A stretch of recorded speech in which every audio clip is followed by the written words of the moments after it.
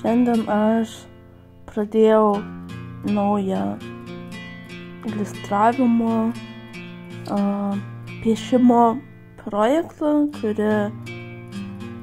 kuris vyksta kiekvienais metais ir būna kiekvienais metais skirtingos temos, kurias aš mėgstu adaptuoti savaip. Ir prieš 2 metus piešiau būtent šias iliustracijas Inktober iššūkiui. Inktober iššūkis yra išties iššūkis, per kurį menininkai gali piešti visą mėnesį įvairias skirtingas temas. Tuo tarpu aš būtent šį mėnesį noriu skirti psichologinės sveikatos svarbai, nors ir įprastai yra tiesiog naudojamos tušas.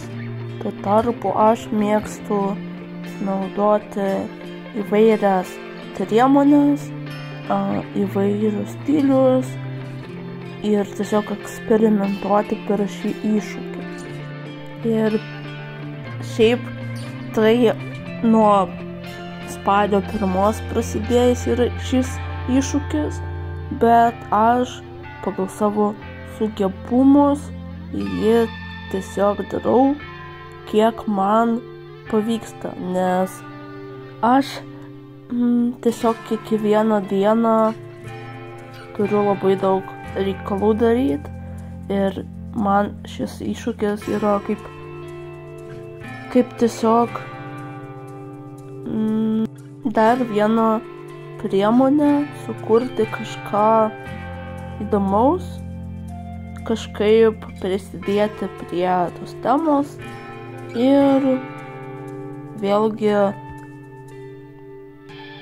svarbu man yra kalbėti apie įvairias temas.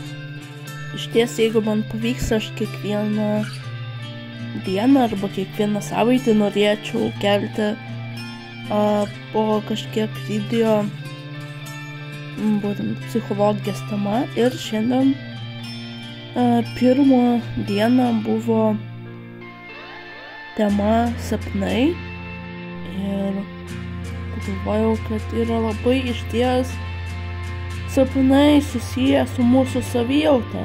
Tai kaip mes kažką susapnuojam, kaip mes jaučiamės, gali labai paveikti išties mūsų kasdieninį gyvenimą. Kartais aš analizuoju sapnus savo ir kadangi nesu tikinti, tai man sapnai yra būtent kaip įkvėpimo šaltinis, arba analizuoju, ką aš ten pajaučiau, kas įvyko ir kaip aš jaučiausi su tuo, ir būtent tai analizuoju. Tiesiog jausmą, kuris iškyla man. Ir taip pat naudoju CorelDRAW programą maketuojant, bei taip pat piešiau su Procreate programa. Jei jums patiko šitas video, nepamirškite paspausti like, bei taip pat followint mane.